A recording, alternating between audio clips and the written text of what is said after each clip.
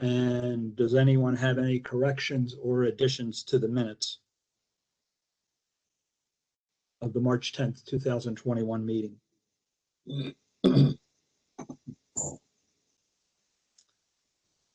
If there are no comments, is there a motion to approve?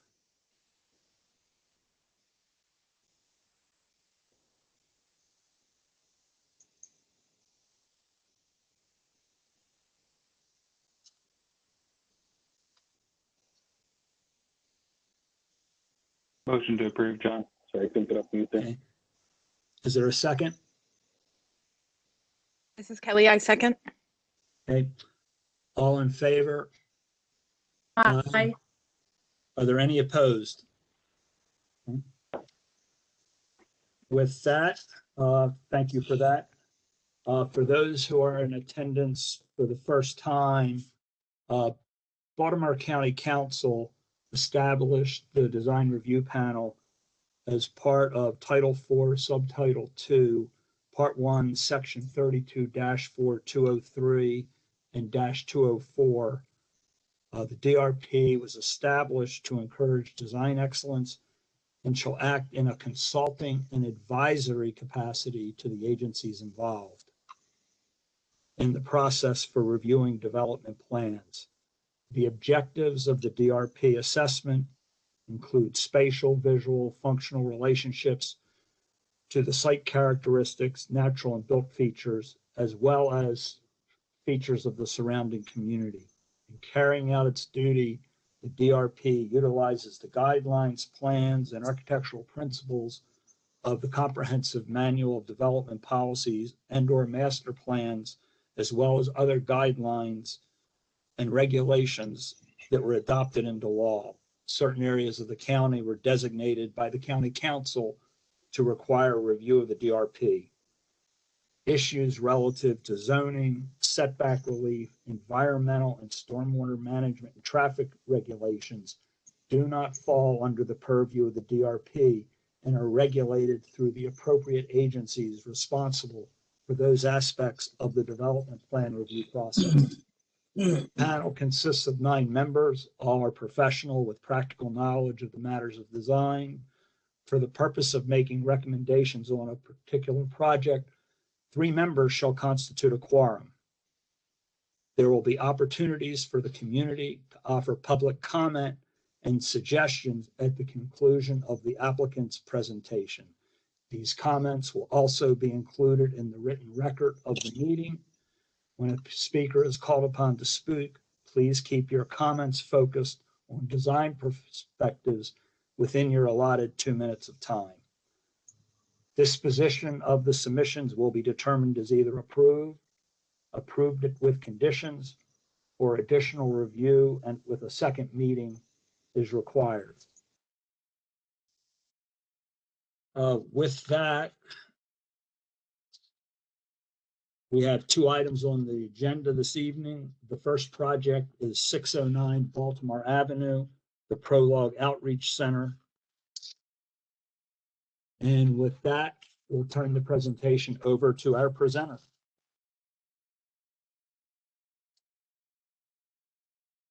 Thank you. Marta, are you able to pull up the 609? I'm seeing the RVs right now on the screen.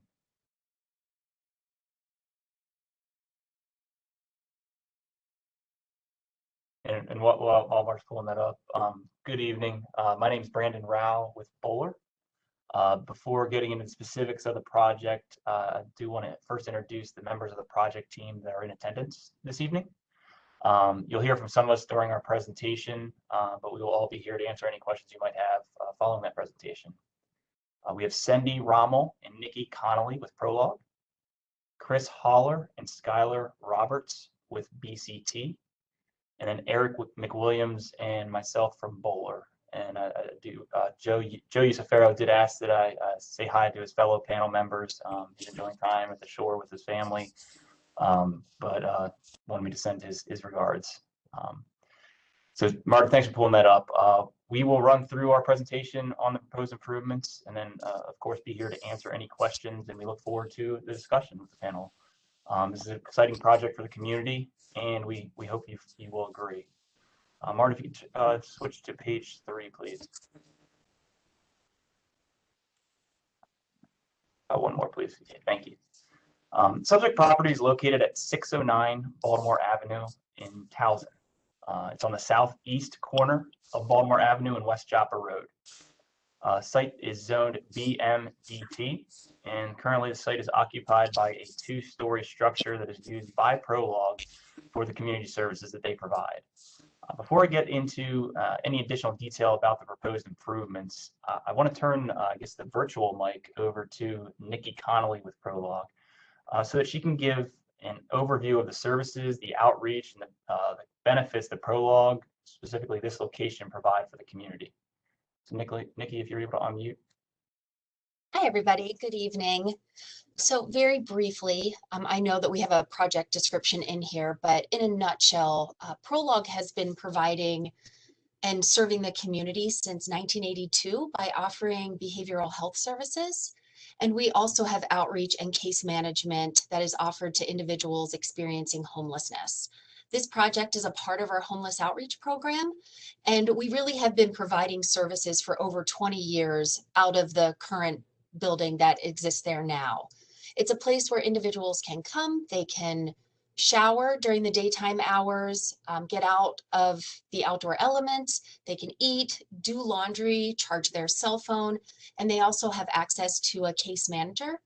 And our case managers can assist individuals in getting their IDs, birth certificates, making sure that they have clothing, socks, and really any other basic human needs that we have access to. And then we also help individuals connect to community services and resources with the ultimate goal, hopefully, to get off the street and to access housing.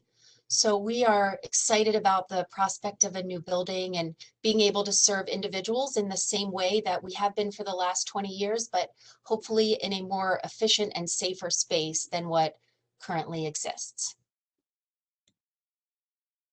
Awesome. Thank you, Nikki, and thank you for that overview and also the great services you provide for the community. And really wanted to share that with the panel. Just, I'm sure you'll have some questions, kind of what this community building will be. Hopefully, help paint that picture. So, Marta, if you could change to page 4 of the PDF. Awesome. So, as I mentioned, currently there's a 2-story structure on the property. There is sidewalk along both frontages, both Baltimore Avenue and West Joppa. The sidewalk along West Joppa was recently improved. The parking for the facility is to the rear of the building, and the rear would be the eastern side or the right side of the plan view. The access is a shared driveway that benefits both the Prolog, the 609 Outreach Center property, as well as the property that's due south.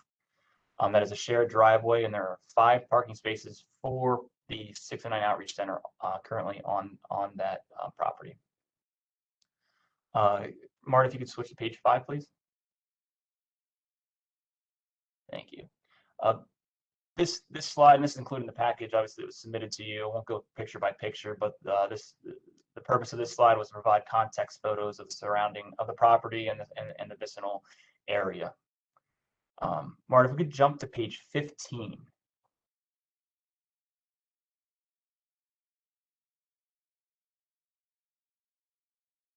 One more, please.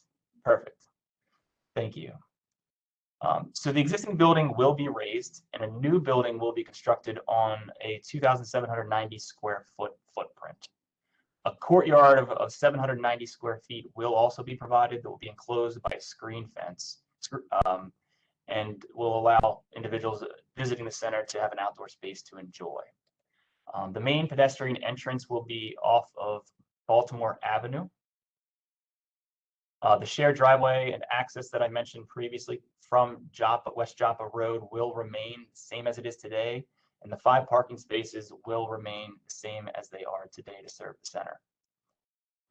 A sidewalk will be provided from the parking spaces to the building. Additionally, a dumpster enclosure will also be provided in that area of the 5 parking spaces. The enclosure will be a board-on-board style fence that matches in likeness to the fence around the courtyard. The anticipation is that the LOD will be less than 5,000 square feet, and therefore the project will be exempt from stormwater management requirements. Marta, if you could switch to page 16 quickly. Thank you. A conceptual landscape plan has been included with the submission. You can see it on your screen. Native species have been proposed to complement the proposed improvements.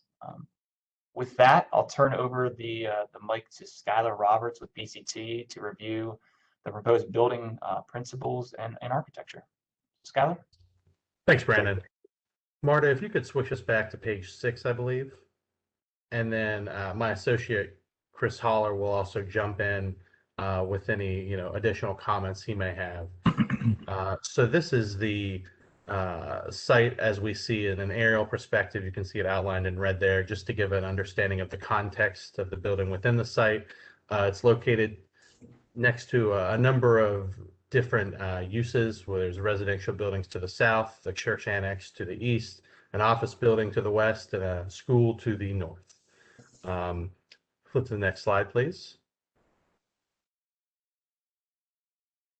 So this is just a basic massing understanding of what the existing building is today. Next slide, please. So here we get our first view of the rendered design here. This is taken from the corner of Baltimore Ave and Joppa Road. And it starts to speak to what we are looking for in terms from a design standpoint. And this is kind of a contemporary take on traditional residential vernacular, if you will.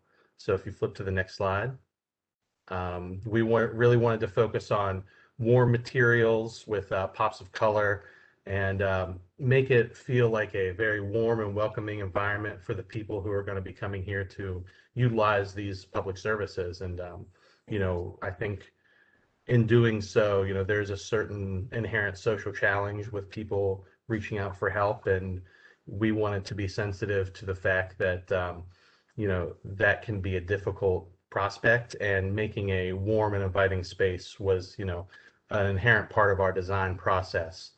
So you can flip to the next slide.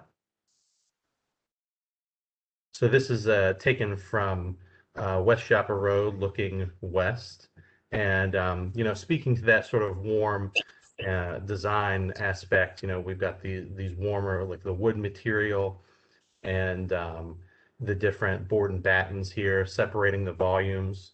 The building fronts to both Baltimore Ave and Joppa Road. So we've created an L shape to the building, which allowed for us to have a private courtyard to the rear of the building. So if you flip to the next slide.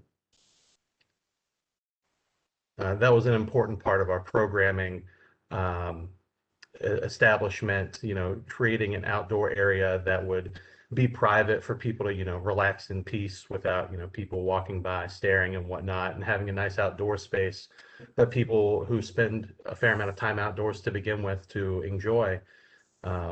So the theme of this larger public gathering space kind of carries through to the interior of the plan as well, and which we'll see moving forward. So we can go to the next slide. This just looks at a few of the design precedents that we had worked with establishing. Again, sort of a residential focus to make people feel more at home here. Looking at different roof forms, the materials with the wood and the board and batten, the skillion roof shape, which is a bit unique, but still iconically residential in form.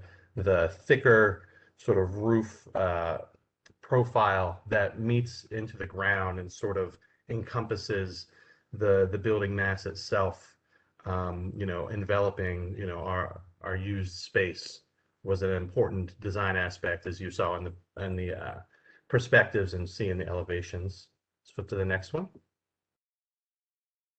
And these are some precedent images for the courtyard. We wanted to create a sort of open enclosure while having a fully enclosed courtyard with a building on two sides can present its own challenges in terms of how does it feel within the space and not having it feel too enclosed or encapsulated. So including some softer elements such as plantings and warmer materials kind of helped us with with mitigating an enclosed courtyard like that. So you can flip to the next slide. Brandon already discussed this as the existing site plan as the building sits currently. Next slide. And then we had already seen the site plan, so next slide here. And then the landscaping plan, as was mentioned, we're introducing new street trees on site in addition to some trees to the south of the courtyard to provide some more natural shade elements, to, help make the space a little more comfortable when people are actually using it. We can go to the next slide. And then this is some details on the plantings. Next slide. And here we have the plan. The spaces are all the public use spaces are centered here on the ground floor. And they're centered around a central office that serves as sort of a control point for people entering into the building from either the front door off of Baltimore Avenue or through the courtyard. Circulation was an important point of design for us when conceiving of this, especially nowadays with COVID and healthcare issues that are inherent to the nature of potentially being homeless. How do you keep people safe when using a public use building like this?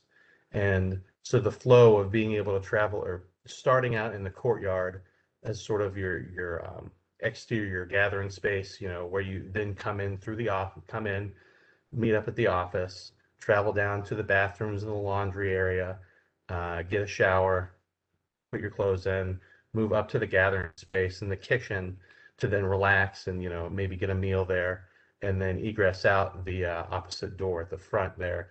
That was something that was really thought about in terms of how do we put this together. We can go to the next floor. The second floor provides additional storage and office space to the building. One of the other key programmatic elements for us when designing this was the ability to have an increased amount of storage space on site. Prolog gets a fair amount of donations from the local public, and they need a place on site to be able to store it. And with this, and then if we flip to the next page, the basement, which is coincidentally in the footprint of the existing building to minimize our area of disturbance in terms of having to move more soil, really dramatically increases the amount of storage space that they have on site. So we can flip to the next page. Now, this is a look at the elevations of it. We see here what you would see on Baltimore Avenue, and then if you're directly facing the building off of Joppa Road.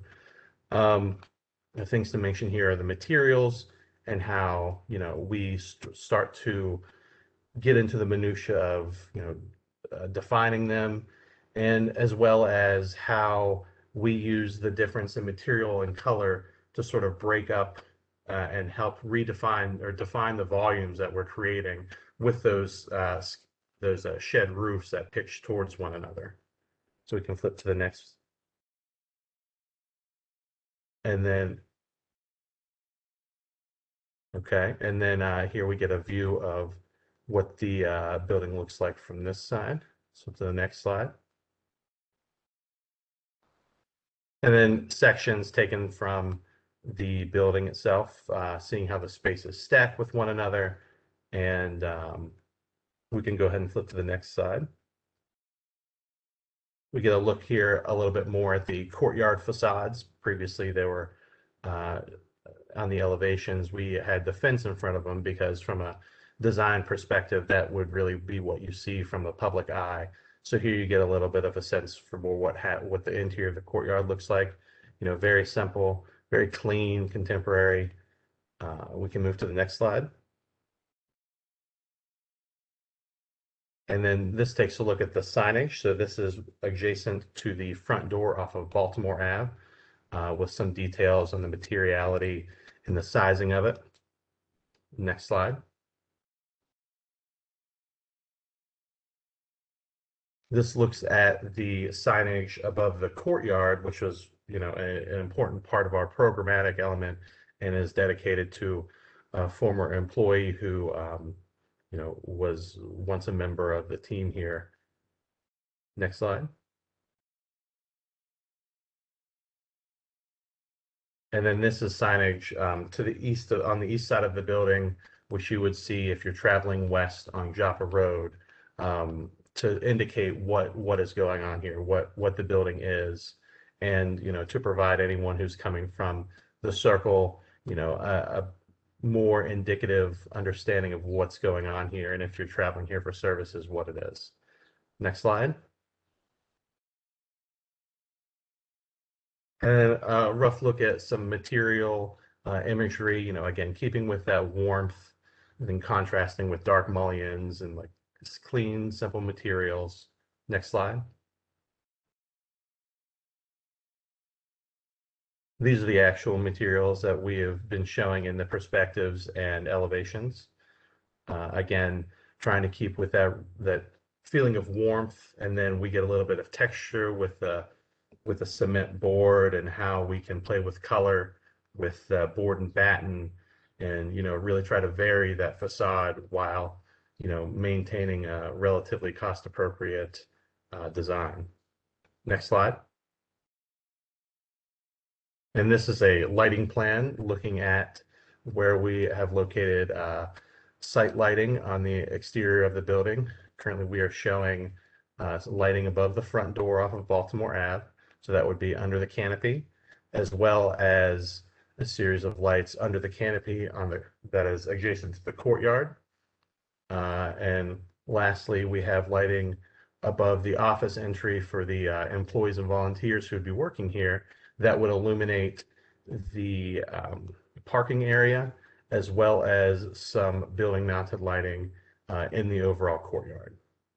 And next slide.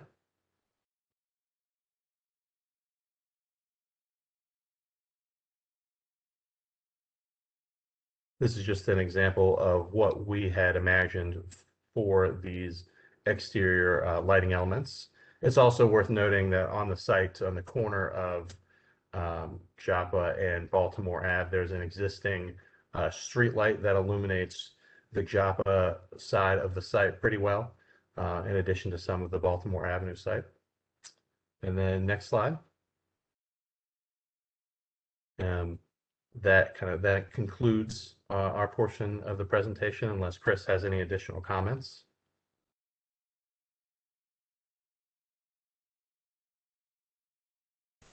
I don't. I think, Skylar, that was a good presentation. Thank you.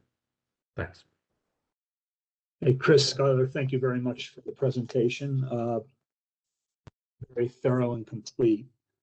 Marta, has anyone signed up in the community participation to speak? I don't see anyone, but I would like to check with Jen. Jen, did we receive any messages through the chat window? No, I have not. And Emery, Brett, any? No, I don't have. Okay, we don't have any. Okay, thank you, Marta. With that, Marta, would you like to review the staff report? Sure, thank you, John. So we prepared our staff report based on the so the staff report will follow the Baltimore County zoning regulation code references for the project conformance with the regulations as set forth in section 259.16 downtown Towson district. In regards to environmental sustainability, staff recommends approval of environmental sustainability subject to the following condition. Indicate on the plan how stormwater management will be achieved. In regards to block configuration and site design, staff recommends approval subject to the following condition. Provide details for the dumpster enclosure. Enclosure should match building materials. In regards to parking, staff recommends approval subject to the following conditions. Clarify the purpose of the hatched area in the parking lot along West Joppa Road. Number 2, provide a screen wall or decorated fence along Joppa Road to screen parking. all surface parking shall meet Class B standards of the Baltimore County Landscape Manual. And number 3, provide bike racks. In regard to downtown open space, staff recommends approval of the proposed open space subject to the following conditions. Number 1, clearly indicate on the plan that the provided open space meets the DT requirement, 5% of gross acreage of the development. Number 2, provide details and dimensions for the sidewalk and tree pits to show that the DT Towson District streetscape guidelines are met. Number 3, provide trash receptacles and label them on the plan. And number 4, provide maintenance plan for the plan. In regards to building principle and architecture, staff recommends approval of the proposed architecture subject to the following condition. Provide an accurate building elevation for the east facade and correct the labeling of the materials on page 22. In regards to building material, staff recommends approval of the proposed building materials. In regard of lighting, staff recommends approval subject to the following conditions. Number 1, clarify if any light fixtures are proposed for the building. If so, provide details. All proposed lighting should be labeled on the building elevations. Number 2, provide and label street light and parking lights on the plan. The placement of lighting should provide adequate illumination for safety and convenience for the project tenants and users. Provide the details for the street lights per DT Towson light standards. And in regards to signs, staff recommends approval subject to the following condition. Clarify if the proposed signage has illumination. And this concludes our staff report. Thank you, Marta. With that, we'll start going around and asking, see if the panel has any questions or comments. Today, we'll start with Ms. Bedwell. And thank you for the presentation. I have a few follow-up questions from the presentation that sprang off of the steps. Marta, upon you, but could you go back to the presentation and page site plan that it's quite a large area that shows. Oh, am I coming through okay? John, can you hear me? I can hear you. It is breaking up a little. Okay, I just got a warning. If I stop being coherent to you, please let me know. So if you could, Cecily, excuse me, Cecily, what page? Page 16 of the presentation. 16. This is the one. And still see the staff report.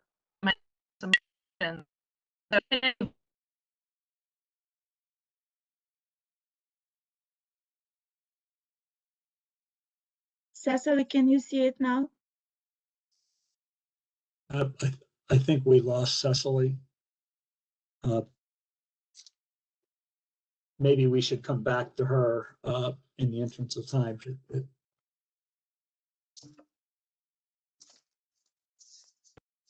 Cecily, can you hear us?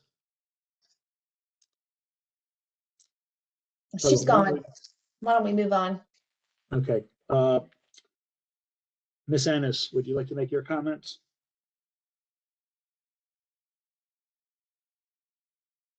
Hi. It was a very thorough conversation, and the staff report actually addressed the questions that I had. Okay, that makes it easy. Ms. Ra. Yes. Good evening. Could you see me and hear me? Okay.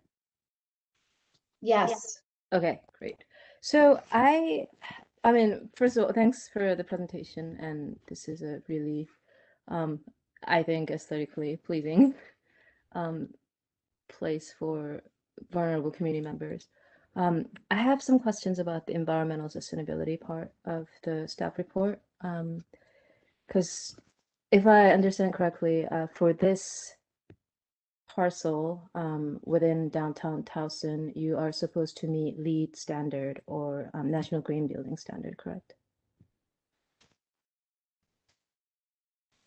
I would say to that I think those are just recommendations that you follow LEED, Silver, or National Green Building Standards, but it's not a requirement. It even says that in the zoning regulations. Now we'll do our best to implement, water efficiency and energy efficiency and that kind of thing, although we are not seeking any sort of LEED certification for the project. Yeah, I mean, I don't think certification is necessarily the way to go in terms of sustainability when it comes to, but I just was, because aesthetically it looks like a very natural, environmentally friendly building, but I didn't see anything discussed in your design in terms of, how the building's oriented, how the materials are working, in terms of if you've thought about sustainability at all. So I just wanted to know, for example, I think it's page 28, there's a little snippet of a green roof there. Is that something you're considering, and have you thought about solar or anything to offset the energy requirement of this building? And then also the program requires quite a bit of water usage, as you mentioned. And it's run by a nonprofit, so I would think financially it would be beneficial to think about ways to save water and reuse water as well. So I just wanted to encourage you. At first I thought it was required, but even if it's not required, it's just from a operational perspective and from a, building a good building perspective, to think about those things. And lastly, are you using anything of the original building that's being demolished at all? No, not really. We looked at possibly being able to reuse some of the foundation walls that support the existing basement, but it's really not. I mean, they're very old. It's a very old building, and they're kind of battered stone walls rather than poured concrete. So it's going to be hard to reuse any of that, and we're not reusing anything that's above grade either. Although we're using the same hole, we're taking the building out and we're plopping a new basement into that same hole. But to the extent that we can reuse any of those walls, that'll be something that our structural engineer has to decide as we get. But upon initial inspection, it doesn't seem likely. We're not talking about upgrading any of the existing utilities. So all of the existing incoming utility locations are going to be maintained and reused. Existing utility sizes. We were going to have to, I think, upgrade the water service, but there was an instance recently where there was a leak in their service, and it got upsized kind of as a preliminary construction piece for this. So the water's good, the electricity's good, the gas is good. So I think we're basically reusing all of the existing utilities. Okay. Well, if you are actually looking at upgrading the water system, I would really encourage you to look at some rainwater collection and reuse and other types of usage because it's got a lot more water usage than a normal building would, and it would save the nonprofit a lot of money in the long run. Short run too, actually. It doesn't cost very much. And in terms of the roof treatment, I was just curious about the green roof picture. If you can just share with me why that's there, if it's something you've thought about. Yeah, the green roof. So this is actually our second design for this building, and we were trying to get to DRP a couple of months ago, and at the same time that we submitted for DRP, we submitted our design to contractor to get some pricing, and it came in way, way over budget. So this is actually our redesigned version to try to get it back down to the budget. In that initial version of the building, we had on the back canopy over top of the courtyard a green roof. In this version, we ended up going with a sloped roof for that canopy instead. So we don't have any green roof contemplated in this version of the building. Maybe that might have been a holdover from the previous presentation that we forgot to get rid of or something. Understood. I think at least a shade for that roof would be helpful. And you might look at like Civic Works or some other nonprofits in the area that do workforce training and pretty heavily subsidized school installations. That might actually be helpful to just look at in terms of an operational perspective as well, because you're looking at rehousing homeless population, from what I understand. So, and I think that will be helpful for the building too. So that's all my comments, and thank you. Thank you.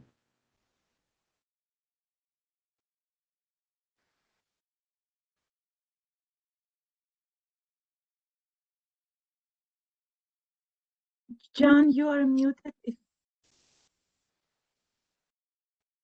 Sorry about that, folks. Matt Renault.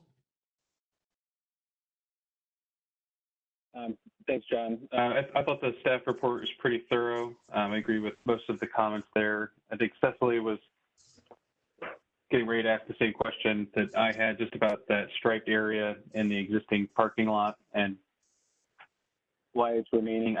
It sounded like you're trying to limit disturbance, and that might be part of the equation, but it's a part of the site, based on the guidelines for Towson and trying to increase walkability and connections. I would encourage you to try to see if you could remove that or improve that. That's a very wide pedestrian crossing kind of coming through there on the back of the building. I think making that more green would make that end of the building more attractive and more of a gateway from Central Towson, kind of working your way to the west on Joppa. The other quick question was just on the lighting plan.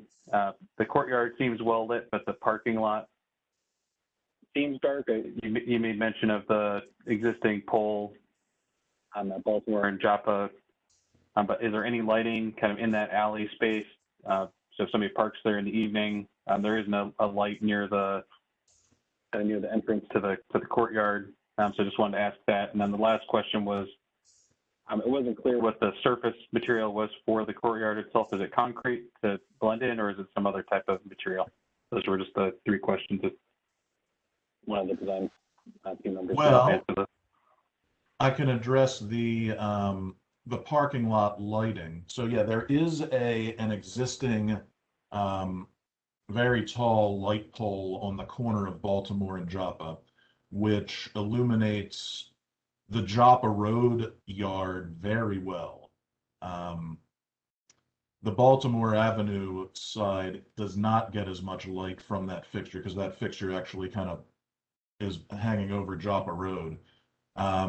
There's a very large tree that exists right now, kind of where the storage area is shown in our new plan on the gray on the far right, which blocks most of the light from that light pole to get to that parking lot. Now that tree will be gone, but you can see we're putting a building in its place there. So that light on the corner will not add a lot of light to the parking lot. However, we are installing a wall pack type fixture above the door that leads into that storage and office, which will illuminate the parking lot. And we've had some photometrics run since we submitted this package, and we're getting 3 or 4 foot candles at the fixture itself, and then it kind of by the time you get to the property line, which is right at the edge of kind of that shared driveway, it gets down to 0. So we are providing lighting for that parking lot, but it's building mounted lighting. And we're looking at, whether or not we need to add a wall pack fixture, maybe a little closer to Joppa Road to get some additional light out there, but it seems like it's adequately lit based on the photometrics that we've run. The courtyard, you're right, is very well lit, and the front entrance will be very well lit from the under canopy lighting there. So all the lighting that we're proposing is building mounted, but we're trying to point it in the right directions. The courtyard flooring material currently is just contemplated to be scored concrete. So it'll be a basic patio kind of thing, but we'll probably score a diagonal scoring pattern or something like that into it. I don't think pavers will make it into the budget for this project. So most likely scored concrete. And then the large striped area at Joppa Road is something that already exists out there on the site. We talked about whether or not we wanted to try to take over some of that for an additional parking space. But we decided that the buffer there kind of between Joppa Road and the parking was better as the way it exists today. We are talking about enhancing the actual crosswalk. The crosswalk that we're showing there across the access drive is a new painted crosswalk. Currently today, there's nothing there that really indicates a crosswalk. So those are, and you're right, it is basically to limit the LOD on the site so that we can avoid having to do stormwater management to keep that striped area how it is. So. Yeah, because it seems like there's been a recent sidewalk improvement along West Joppa Road. At least when you look at the street view, it looks like it's fairly new. Looks like the county may have put something in. I would just encourage you to look at that striped area to not only screen the parking, but just make that more of a kind of a welcoming entrance to the property. I could see patrons potentially, it sounds like you were trying to bring them in through the back of through the courtyard and into the building, then leaving the front door. It just feels a bit disconnected from that side of Joppa Road. And then just for the lighting, I would just really encourage you to make sure that it just feels welcoming from the side. I don't know what the hours of the building are, if it's 24/7, or if it closes at certain times of the day. But if people are coming and going from the facility, in the evening, just having that be well lit for people coming in and out of the building and people, traveling by on Baltimore and Joppa Avenue or Joppa Road, I think would be important to keep in mind. So I just encourage you to take a second look at that. Okay, yeah, absolutely. Yeah, this is a facility I believe is only open from like 8 o'clock until 6 p.m. or something like that. Nikki, correct me if I'm wrong, but there are hours. It's not open 24/7, but there are patrons of the building that get there early and kind of hang out until it opens. And right now they basically hang out on the patio that faces Joppa Road. So part of building this courtyard in the back was to kind of give people that place where they can kind of congregate that's not right on the main roads as well. Not that the courtyard itself is going to be open before the building is open. We're not encouraging people to stay there overnight and that kind of thing. But it's, people will understand that that's where they're going to be going in, and that's where they'll kind of hang out now instead of right on the Joppa Road side of the building. Same with the Baltimore Avenue side. Currently, there's a little patio or a little raised deck out there at the front entrance, and we're trying to discourage kind of loitering in those areas. So okay, yeah, I appreciate that. I think that might just be might be my only other comment, is just if people are arriving early in the morning and the courtyard isn't open, it might be nice to have a place for them to sit, kind of along that parking area or some place just for them to be able to gather. That seems like a good location, kind of where that, the gray car there is in the parking lot, but maybe it's just a spot where they can come and wait until the facility is open. Might be something worth considering. So that's all my comments. Thanks, John. Thank you, Matt. Ms. Sauce, your comments or questions?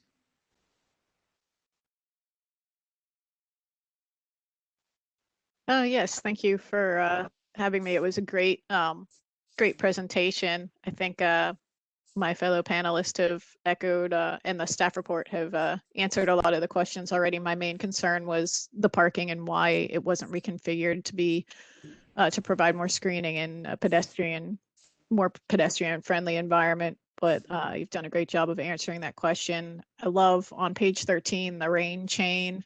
I think maybe a cistern or something to harvest some rainwater for irrigation would be great. But other than that, it's a beautiful package and I appreciate the opportunity to review it. Thank you. Hey, thank you. Let's go back to Ms. Bedwell. Yeah, thank you so much, and sorry for a bad connection. Luckily, I was able to call back in on my phone. So just to pick up where I left off, I was going to ask that same question that Matt asked, and then, but I won't re-ask it now since you already answered it. But I would encourage that to have some additional screening. I think the panelists as well as staff maybe recommended some type of wall to so the parking lot isn't as open to the pedestrians walking by. That may also provide an area for congregation. Another one of the staff comments that I wanted to pick up on is the bike racks. You already addressed the dumpster enclosure and I think the stormwater management, since I assume you received the staff comments on that. But I was wondering if you had given any thought to bike racks and where those would be located on site. Yeah, we have, and I think that that's an easy thing to add. You know, bike racks. We'll probably add them to the. I would imagine we would add them back near the entrance to the courtyard on that larger sidewalk that leads from the parking to the office, kind of under that tree that's on the screen right now. You know, something that we can attach to the concrete back there. So I think that makes a lot of sense. Okay, great. And Ms. Bedwell, this is Brandon Bowler. Just wanted to chime in on the screening of the parking lot. I think the comment read or the recommendation read, provide a screen wall or decorative fence along Joppa Road to screen parking. Kind of as was alluded to, I think Matt mentioned it. We do have LOD concerns. If we go over 5,000 square feet, we have to provide stormwater, which makes this project honestly financially infeasible. But beyond that, the screen wall or even screening would present a potential safety hazard.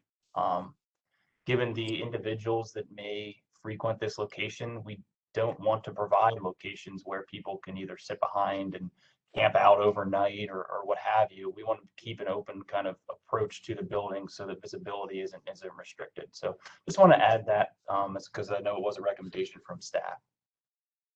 Yeah, I appreciate that you don't want, hiding areas, but, it might not be that the fence is 6 feet tall, but something that was, 3.5 or something that could be viewed over might be appropriate there.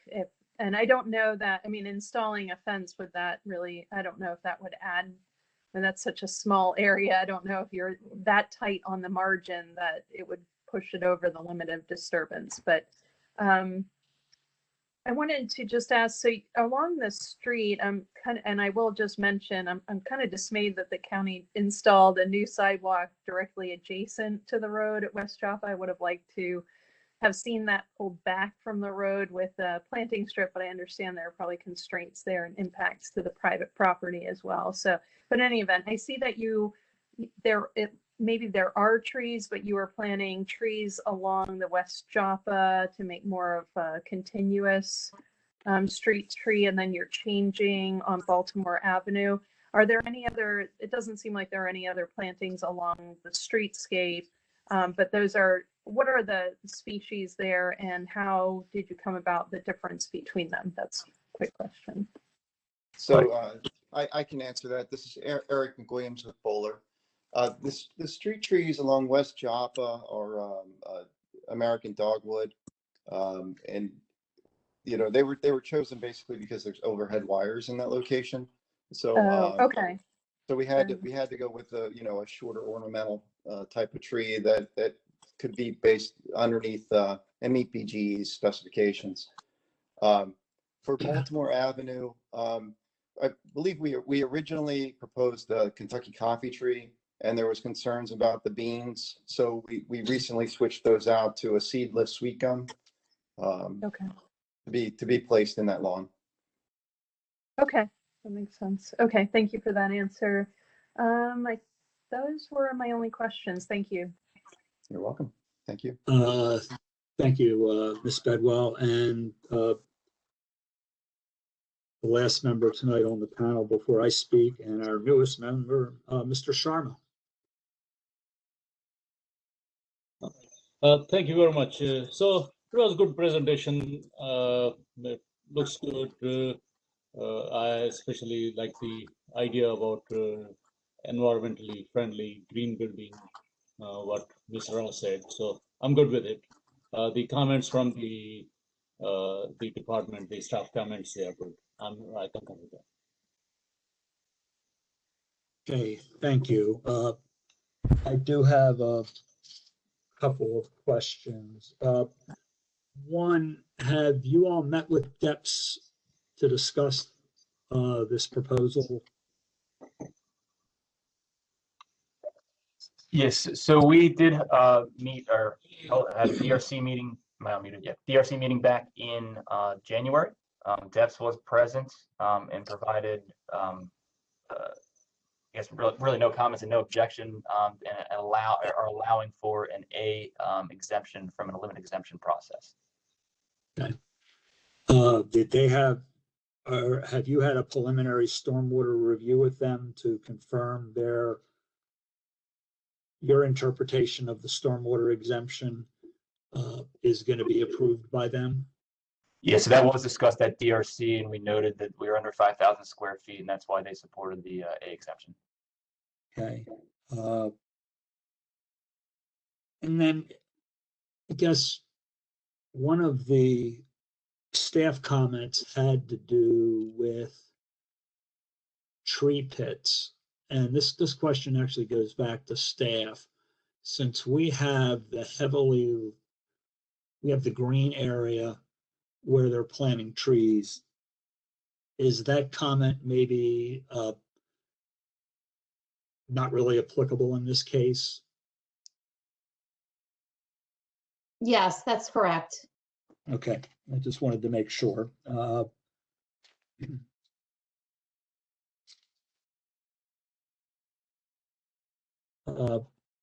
With that, I myself have no other comments. I appreciate the comments from my fellow panel members. I echo the comments made by many of the panel members. Not only is this an excellent presentation in conveying your design intent, I think it's going to be a very nice looking building for the clientele you serve.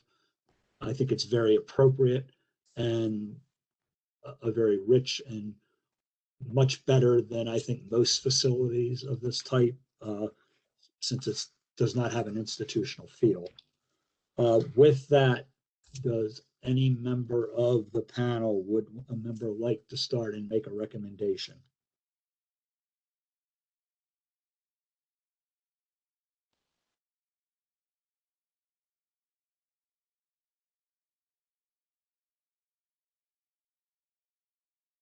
Hey, John, it's Matt. It seems like most of the comments echo the staff report, so I think the recommendation might be to just work with staff on addressing the comments with the DRP approval. Anyone else thought? So Matt, if I'm hearing you correctly, your motion would be to approve the design as presented. The conditions would be to incorporate the appropriate planning, the comments made by the planning staff, and any additional review would be done at an administrative level. That's correct.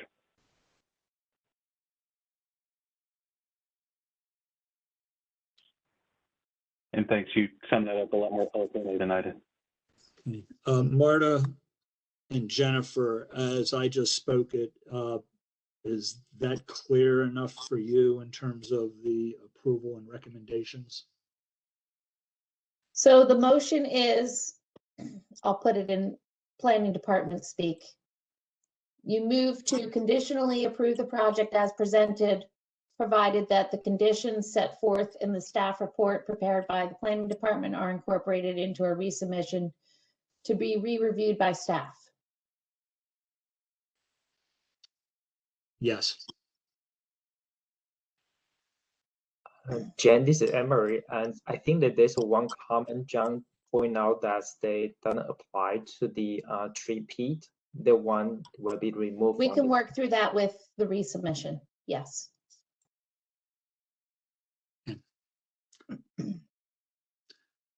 Okay, do we have a second? John, this is Cecily. I'll second that motion. Thank you, Cecily. All in favor? Aye. Aye. Any Aye. opposed? Okay. With that, this project is approved with conditions. I want to thank the owner, Prologue, Ms. Rommel, and her team for being here tonight. Thank you all very much. And with that, we'll move on to our second presentation, which is the project at 1610 East Joppa Road. And our presenter can begin. Yes, very good. Thank you. Good evening, everybody. This is Stu Darley with Colbert Matz Rosenfeld. We are the civil engineering company working on this project. And along with myself, I have Carla Ryan from Colbert Matz Rosenfeld and Robert Grimaldi, who's with the architect, and the applicant, Mr. Ed Baksh, who's with the Parikh Network, who can hopefully answer some questions if necessary. Time. So this project is at 1610 East Joppa Road. It is a proposed Arby's to replace a currently vacant Pizza Hut building that is located on the northerly side of Joppa Road between Pleasant Plains Road and Loch Raven Boulevard to the east. The proposal again is to raise the existing Pizza Hut building and construct a new, slightly smaller in footprint building that's going to have an Arby's restaurant with the drive-through service. This project's located in the Loch Raven Baynesville DRP district, and that's what's bringing us here tonight. The overall property is about 1.5 acres. It's somewhat irregularly shaped, as the front portion against Joppa Road is about 0.8 of an acre, and then it sort of offsets itself to the rear and totals about 1.5 total. The property is owned BM, and it's well developed, mostly impervious. There are some islands, some green space on the project site now. Property is shared to the west by an existing SunTrust Bank that also has a drive-through, and that building is still in operation. So I guess, Marta, let's press on through the slides and we'll run through them. And if Carla or Robert or Ed need to chime in, we'll have them do that.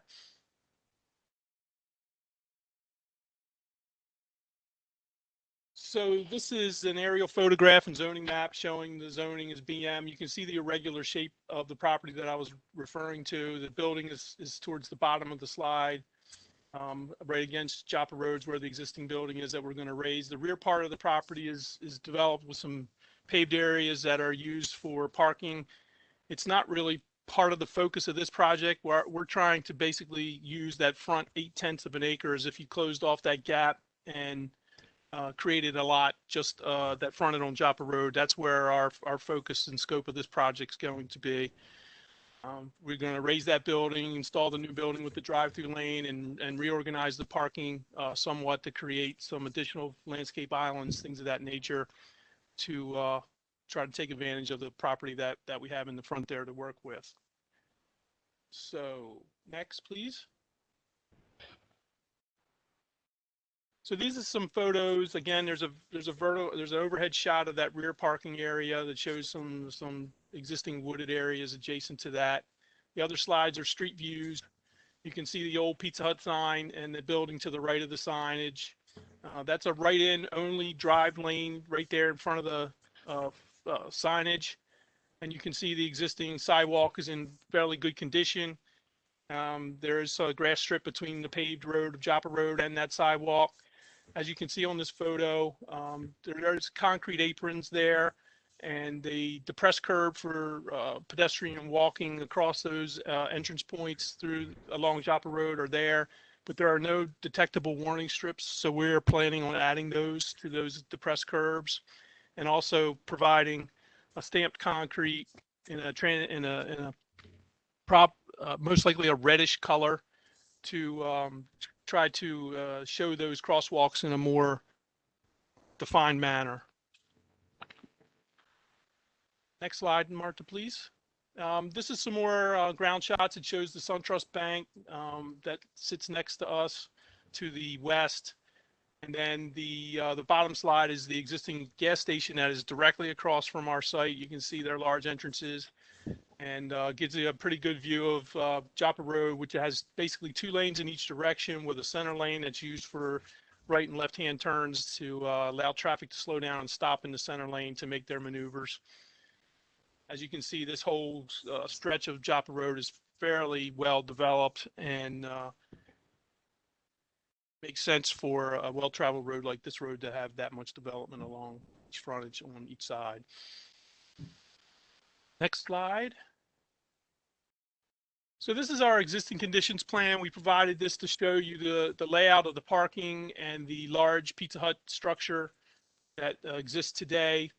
There's both head-in parking and or perpendicular parking and angled parking that serves the buildings as it sits right now. You can see most of the site is paved and there are some existing lights on the site.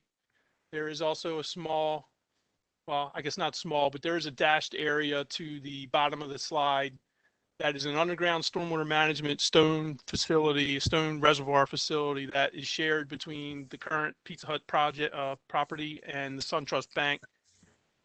So there is an existing stormwater management facility that serves this site that we are going to try and reuse, hopefully make better when we are done with the reorganization of the parking lot, which should increase the green space and decrease the impervious.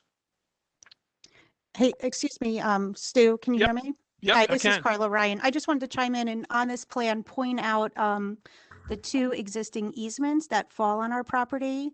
There is a 10-foot easement that we share with the neighbor to our east. It's a 10-foot wide easement, 5 feet of it falls on our property, 5 on the neighbor's property, and that's an ingress-egress easement. And a portion of that is actually their driveway. So I don't know if you can see it, there is a dashed line on the top side of, just to the east of our property line there. And then we have a similar easement with our neighbor to the west, which is also an ingress-egress easement. And it straddles the shared property line there with the bank. And it falls on the drive aisle and that curb cut, which is a two-way curb cut out onto Joppa Road. So that allows for both users, both property owners, to use that drive lane and that curb cut. Yeah, thanks, Carla. That central curb cut is a more typical in and out entrance and exit curb cut. The right in, as you can see at the top of the slide there off of Joppa Road, is a right into our project site, and then there's probably on one of the other pictures you can see there's a right out on the SunTrust Bank on the opposite side of where the bank sits currently. That allows people to get onto Joppa Road and go to the west.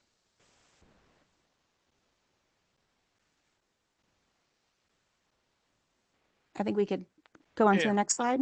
Yep. Yeah, we threw this in there just to give you an idea of the footprint of the existing Pizza Hut. It's about a 4,400 square foot building, and the proposed building is going to be about 2,326 square feet. The overall reduction in the footprint is going to be a little over 2,000 square feet. That reduction is important because it allows us to create the space that we need to get the drive-through lane in there and around the back part of the building and through the pickup window and then back out of the site. Next. So again, this is some of the existing infrastructure that's there. That's the existing Pizza Hut. It's some elevations of that building. We can move on from that.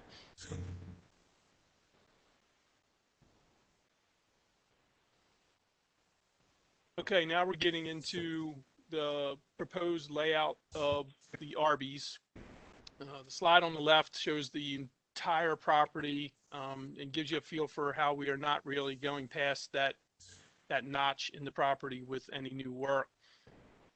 Store is going to, the restaurant, I should say, the restaurant's going to sit essentially where the Pizza Hut was towards the front, and then the space that it, because it's smaller, that it opens up for us allows us to do the drive-through U-turn setup that we have on the low up, that's a little easier to see on the right slide.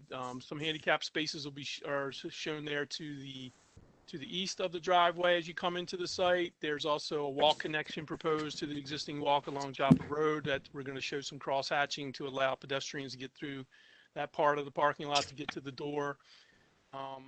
Parking in the back is being reconfigured with some angled spaces. We're showing a brand new dumpster enclosure in the rear of the property and maximizing out the parking as best we can. We're required to have 37 spaces based on the restaurant size, and we are proposing on this layout 39 parking spaces, including the 2 handicap spaces. Next, please. Thank you. There's the tabulation that I was referring to with the parking based on 16 spaces required per 1,000 square foot for a restaurant. So now we're starting a couple of the rendered landscape plan. What we tried to do here was obviously take advantage of all those islands that we were creating by adding some trees and shrubs along Joppa Road, along the parking as best as we could and wherever we could, and also along the inside of the drive-through lane, and create some green space there. Again, the back part of the site is essentially a paved site. There's a small lawn area that exists today. We're not touching that. And as you can see, there's somewhat of a wooded area just to the north of our property that surrounds the business over there on behind our property. And the SunTrust Bank site is, again, mostly paved, as you can see on this slide pretty well. I think the next slide is an enlargement, and we can go to that. Yeah, so here you can see where I was speaking about the crosswalks. The proposal is to create a more defined crosswalk with a stamped brick pattern, probably in a reddish color, and add detectable warning domes at the depressed curbs. As you can see, the landscaping there. Fit some trees between, on our property between the public sidewalk and the on-site parking spaces to create somewhat of a screen, trying to keep in mind that we want to maintain visibility to the restaurant. We're showing those 3 trees, and then as many as we could fit along that property edge that we share with the property to the east. Then with the reconfigured parking spaces, we added a couple trees either side of those angled spaces in the rear of the site, and see where the dumpster's located. Yeah, again, along that rear property line. There's a small median that kind of segregates the drive-through pickup lane from the other traffic that's going to be coming in, potentially coming in from Joppa Road in that central curb cut.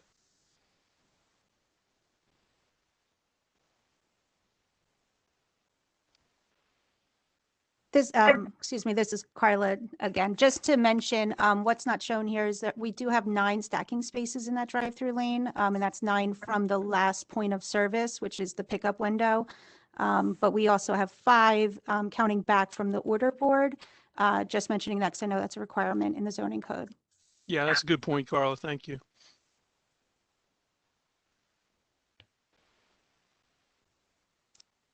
I guess next slide. Yep. So here's some of the math associated with the schematic landscape plan that we've prepared. It shows a total planning unit requirement of just under 32, and we're providing 41 as we're currently showing the plan. So we feel like we're in a good spot with the requirement, and again went over and above that to try to make the site as green visually from the street as possible. Before we move over to the architecture, Jen and Marta, would this be an appropriate time to look at our revised plans and our revised landscaping, or do you want to save that for the end? No, I think you should present what you submitted, and then we'll do our staff report, and then I think you can Talk about present follow-up. Okay. Okay, so we're not on the revised one yet. Yeah, that one is, Carla. The one on the screen now? Yeah, oh, no, I know that, but Jen, do you want us to present this one now?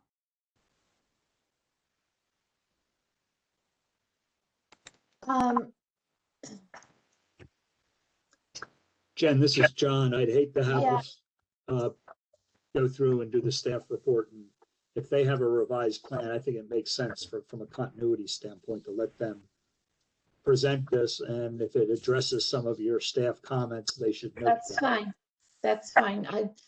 I also do want to mention that some commentary or comments were submitted by the community, and the panel members should have all received copies of those. And I believe that these plans that Carla is going to be showing is trying to respond to some of those comments as well. Exactly. Yes. So, you know, as required, we did notify the community groups, and I did follow up with some emails. I ended up being in touch with Nick Linehan from the Loch Raven Village Community Group, and we spoke on Monday and had a long conversation, and he, you know, expressed his comments and some requests that he had for revisions to the site and landscaping plan. So in response to that conversation, we were able to enhance the landscaping, which you see here on this plan.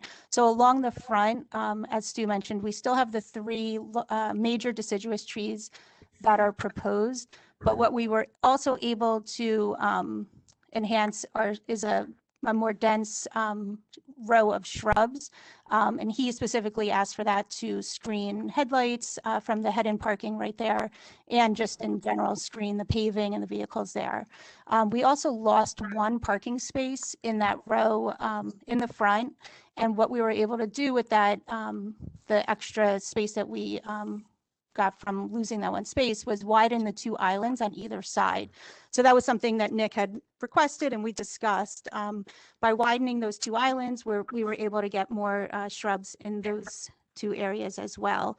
And then actually in talking with Nick, he and I both came to the agreement that our drive aisle, as you head in, the one-way drive aisle on the east side of the property that serves those angled spaces, that was about 23.5 feet.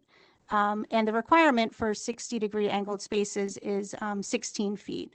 So we realized we had a little, you know, extra space in there. So we narrowed down our drive aisle from 23.5 to 18.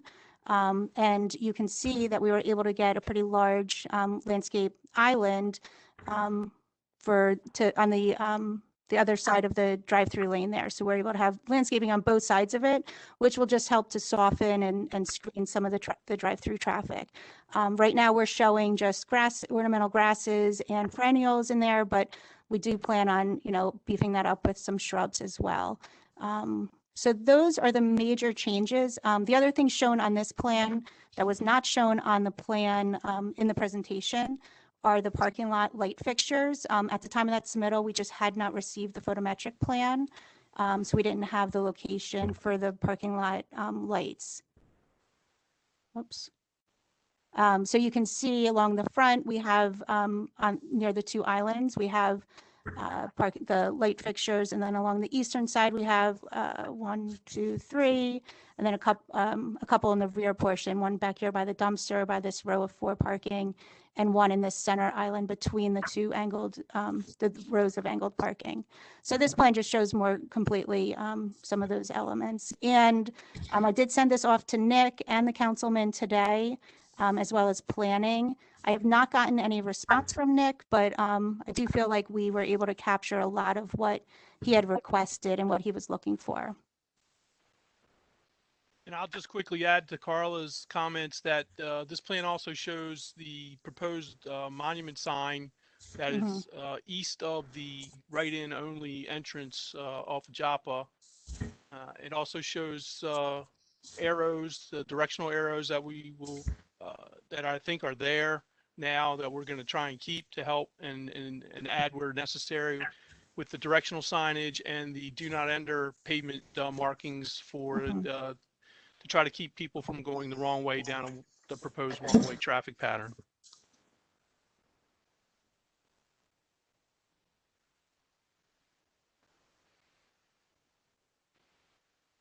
So some of this additional planting, I know we showed the landscaping planting charts.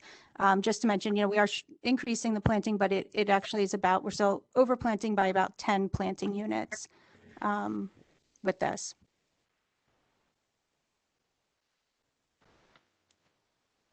So that is it for this revised plan. Should we switch back to the presentation? And we were just about to get into the architecture. Please. And I think we'll turn it over to Robert at this point, the architect.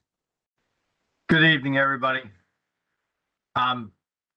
These are the elevations of the building. The next slides we'll get into, they'll zoom in a little closer so they're a little bit legible. So overall, this is this is Arby's prototype building, and these are its latest and greatest colors, and it's a combination of EIFS, brick, and they have minimal signage on the buildings. If we could go to the next page. This is very similar to the opening cover shot of the presentation. That was an actual photograph of a built building.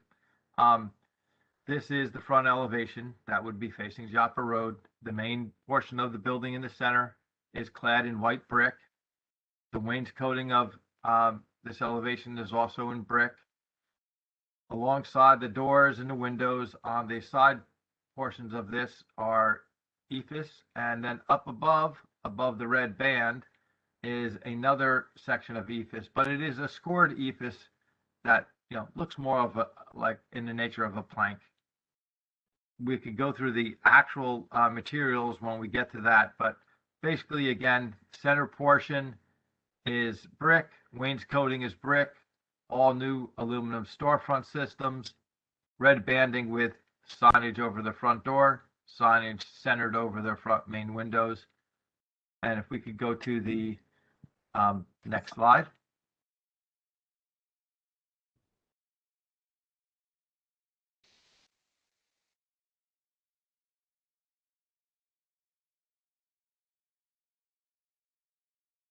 Oh, this is the rear portion of the building. There is the rear exterior walk-in cooler and the rear exit door. Again, the back trim of that, you'll see the wainscoting continuing around the end of the buildings. Still the running red band of the Arby's band around the building, and the back side of the drive-through and the entrance portion. If we go to the next slide. And these are the two, there you go. These are the two side elevations. The top one is the main entrance for the Arby's, and that's also just before the beginning of the queue line for the drive-through.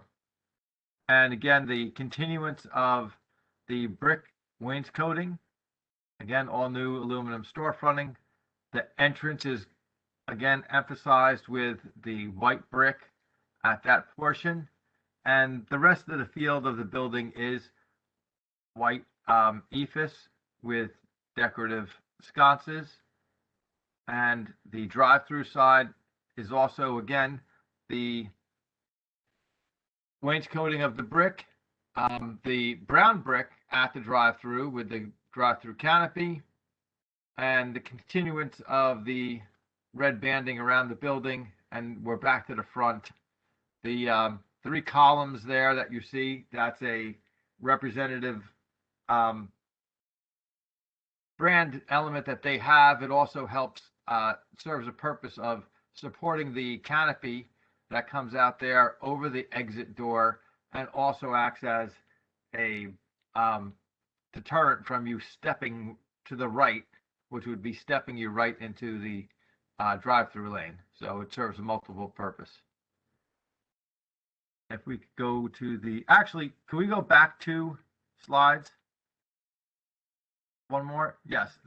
Just want to point out the building is basically only 19 feet tall, and that is at the highest peaks, which are the drive-through bump and at the main entrance, and again at the front entrance. The rest of the building is about a foot or two shorter. It's 17.3.5. That's the main parapet of the entirety of the rest of the building. We go jump a few forward again now. And these are the actual finishes of the white brick, the EIFS system, the darker brick. So all the colors that we just spoke about are here, and they're specified finishes. Next slide, please. A little short, a little smaller, harder to read, but again, the tagged off the elements that I was just speaking about. Next slide. A breakout of lighting elements that are on the exterior portion of the building. The W2 is an up-down sconce. That's mainly on the walls that do not have any windows. And the W3 is basically over the aluminum storefront windows areas, so they're washing the windows, whereas the W2 is washing the EIFS both up and down. It's just an accent light. It's their LED fixtures, and they just accent the building. If we go to the next. This plan was showing you how, and I apologize, the existing footprint is rather light to read, but again, it goes over the reduction of this building compared to the existing building. Next slide, please. The question about this drawing was prepared to bring into concept if we could see the rooftop units. So the rooftop units are not fully shielded. Again, the building is only approximately 19 feet tall, and so the units do pop up above the parapet. This is showing you at the angles of taking from a person's eye that's approximately 5 feet tall, and the edge of the parapet, how far away from the building you have to be to see the units. So the top one is the illustration where you're from the front of the building, how far you'd have to be, and you'd have to be 215 feet away to see that. And from the sides of the building, you'd have to be 46 feet away, to see the top of the rooftop units.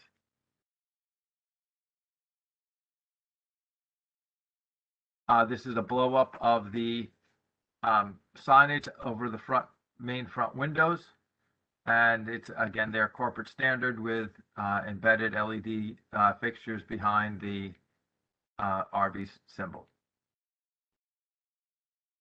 Next, please. More detailed version of it. If you took the facing off, what you would actually see. Next, please. Again, mounting details for the signage. Next, please. The Arby's sign that's over the exit door on the front and over on the main entrance onto the right side. Next, please. Again, breakdown of that. Next, please. Mounting details for it. Next. And illustrative version of the monument sign. Next, please. Directional signs for the site. Next. And these are just, again, some construction photographs of similar recently built RVs so that you can see the work. Next slide. And again, the lower right is the one that you saw at the beginning of this. And again, this is actually a larger building, and this is also a much taller building. These parapets, I believe, are about 26 feet high. So, but it's again, this is also a 4,000 square foot building that you're looking at. Next, please.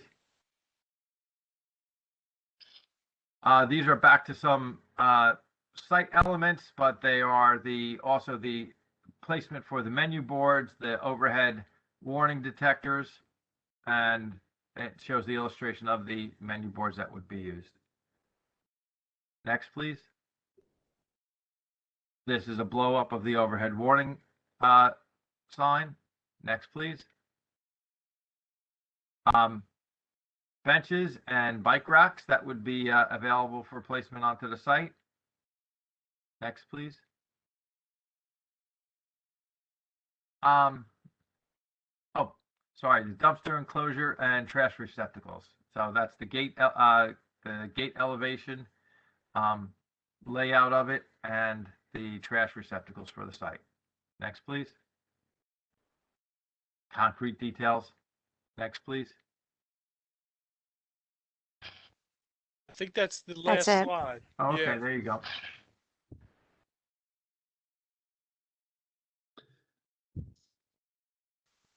Does that conclude the presentation? Yes, unless the Carla. Yes. I think that concludes the presentation. Okay. Marta, has anyone signed up to speak? I know we have the comments that the association that were forwarded on through them, but do we have anyone signed up? I don't see anyone, but let me ask Jan. No, Jen?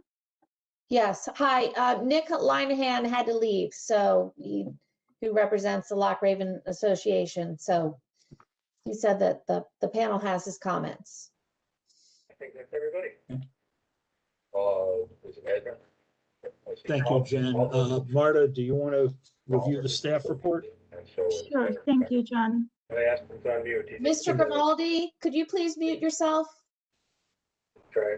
Yes. Thank you.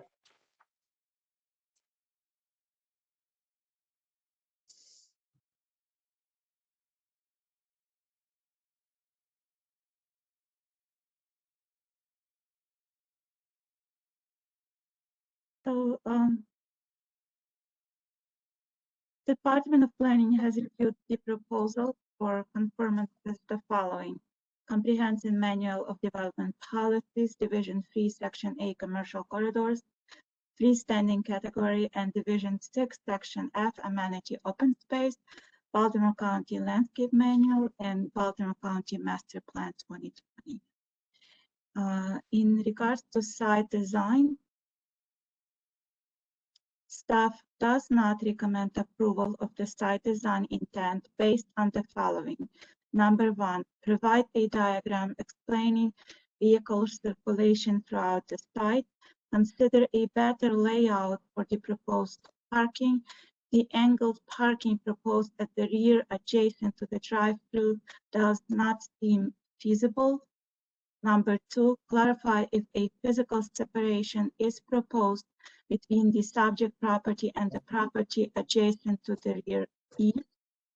Number three, replace parking facing Joppa Road with an enhanced landscape buffer, outdoor seating and amenities, and utilize the rear parking space for parking.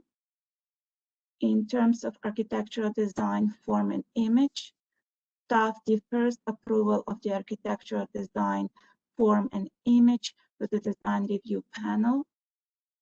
In regards to open space and landscape design, staff recommends approval subject to the following conditions. Number one, Indicate on the plan how stormwater management will be achieved. Number 2, incorporate landscape island in the proposed parking along the east side of the property. Number 3, provide outdoor seating areas. Number 4, provide details for a landscape strip along the east side of the property.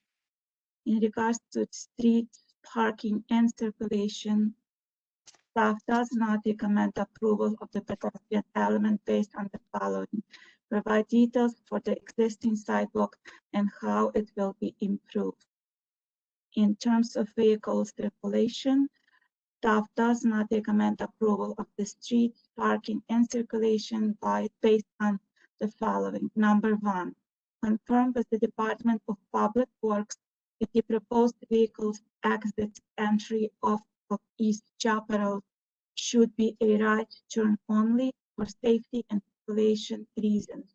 If so, wayfinding signage should be provided to discourage left turn vehicles to entry from East Joppa Road.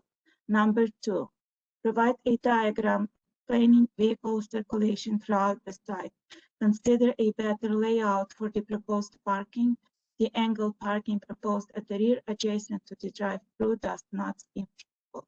Number 3, clarify if any physical separation is proposed between the subject property and the property adjacent to the east.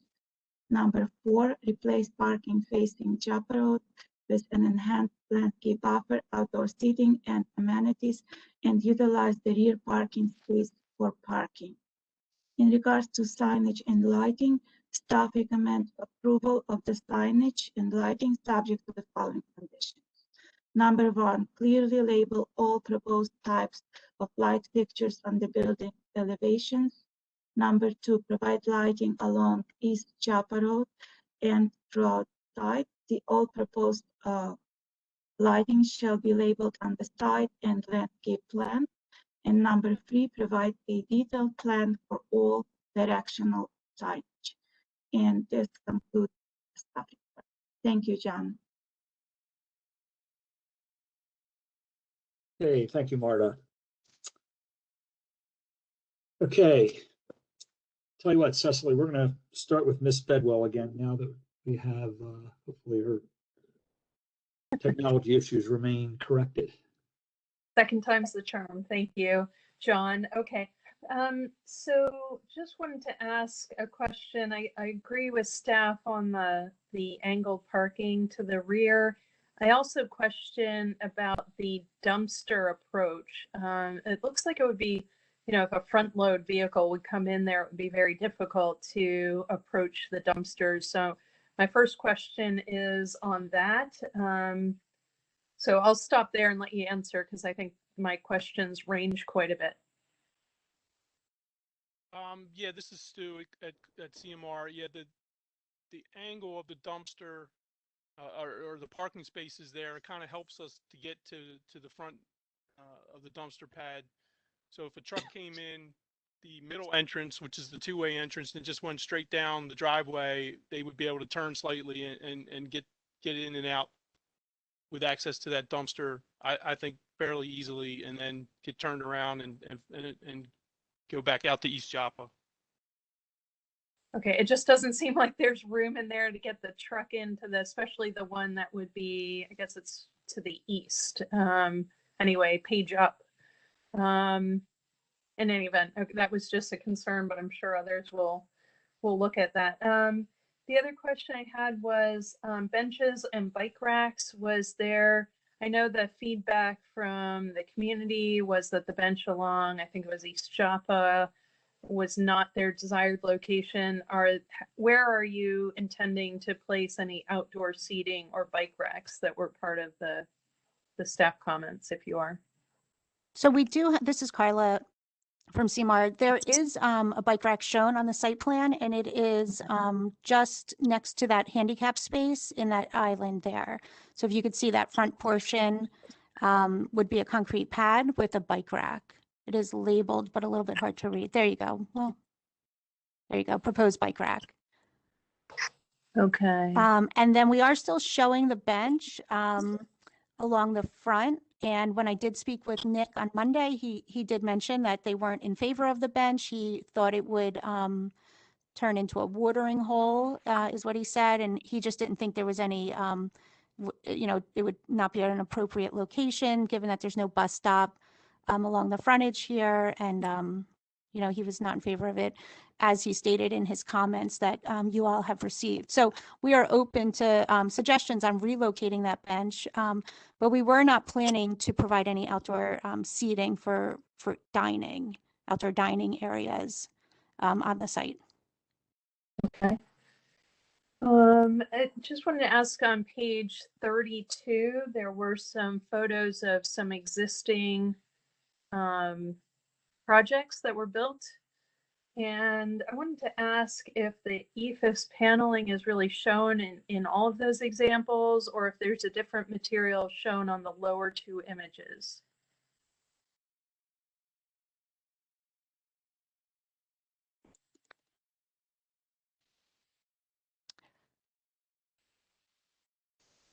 Robert, are you there to address this question? Sorry, got stuck on unmuting. So the front elevation with the wreaths on it, that the brick is continuing to the left and right? Is that the question? Well, the question is, on the images that are shown for the precedents, it looks to be that the brown material towards the top might be EIFS on the upper two images, but the lower two do not look like EIFS to my eye. Is that correct? And is that two different standards? The upper two, yeah, I would agree with you, is correct. The lower two, this was a test building, and those panels actually ended up getting replaced. Okay. So the standard is the one on the top, and that's what you're proposing? Yes. Okay. They did not weather or fare very well.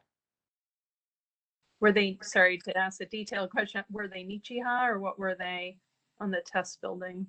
I don't think it was that brand, but yes, similar to that and to Hardy panel, but it just didn't fare well with the conditions that it was in and how it was.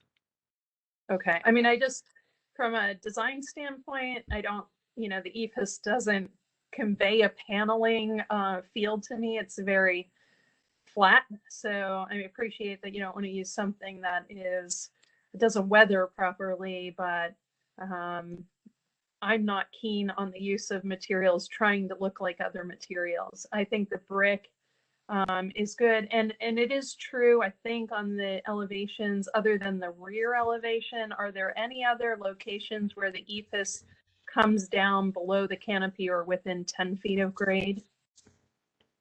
On the drive-through side and the non-drive-through side, past the entrances. If you So look nowhere at, if we go back to those, slides on the side elevations. Keep going. There we go. 17. Yes. So above the brick wainscoting here, that is EIFS. The white there is EIFS. Okay. I'm really, again, this is just wear and tear. I like that the brick is flanking the entryway. I never typically would recommend EIFS below 10 feet where people can come into contact with it because it's not a durable material. It doesn't hold up to, punctures and other abrasions. I assume at the front elevation, though, where the most client contact is, you have the brick coming down and again flanking this doorway. So I generally wouldn't recommend that, but this is side and rear. The EIFS that is above the wainscoting and below the red band, and I appreciate your statements, because also that is why the design does have the brick wainscoting. But the EIFS between the brick wainscoting and the red band, that is has the double mesh on it, so that it's with the double mesh, it's almost like fiberglassing the finish with the mesh on there, with the 2 layers of the mesh on there. So it actually gets considerably more impact resistant at that point. And there is a clear finish with it that also helps prevent the graffiti from having a nice smooth surface for anybody. That makes the graffiti come off if you end up with a situation of that nature.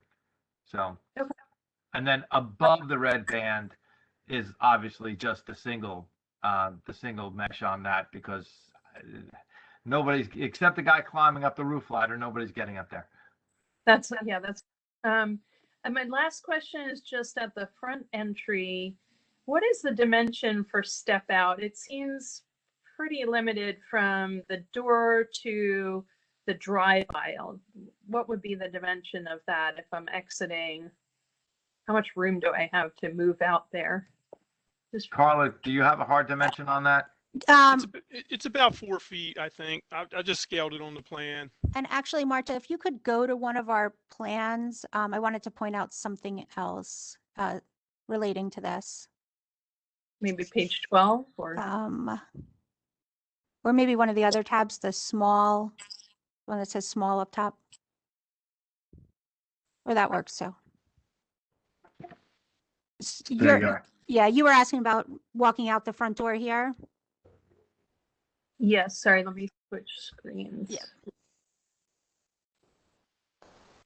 Yes, so from the front entry to that drive aisle. So as Stu said, about 4 feet. The other thing that we did not point out initially is that we also are putting a guardrail here so that somebody would not be able to immediately turn right and come into contact or intersect with the drive-through lane, the exiting traffic from the drive-through. So just as a protection to keep that pedestrian moving straight so that there's more opportunity to see the car or the car to see the pedestrian. Okay. Yeah, I mean, again, Can I it's, ask a question? details. Sorry, Cecily. Okay. So is there no paved area at the front facade of this building? Delineating that this is a pad building in a parking lot? Is there no paved sidewalk in the front of this building? No, there's no paved sidewalk. There's the drive lane and the parking spaces, and then the building. Yeah, and I'm picking up. So, I guess the counter question to that is in the front where you have the parking from the head in of the parking to the building facade. Is that a minimum 40 dimension? Do you have any wiggle room? It just seems very abrupt. I would I don't see him anywhere here, no. Let me just make sure. Mr. Grimaldi, you have to mute yourself, please. Sorry. So I'm wondering, it just seems very abrupt. So if you were, right at the front door and especially, COVID sensitivity, I'm just worried that, someone holding the door or stepping out of the way of someone coming out of the door might get hit. Yeah, right now we're showing an 18-foot deep parking space, and the two-way drive aisle across the face of the building is about 25 feet. Which is slightly wider than code requires. Two-way traffic, they'll let us go down to 22. I would advocate for that to be used as some type of barrier instead of all for the cars, to give you a little bit more room to address the front of the building for pedestrian approach. That's all, John. Okay. Thank you. Thank you, Cecily. Ms. Ennis?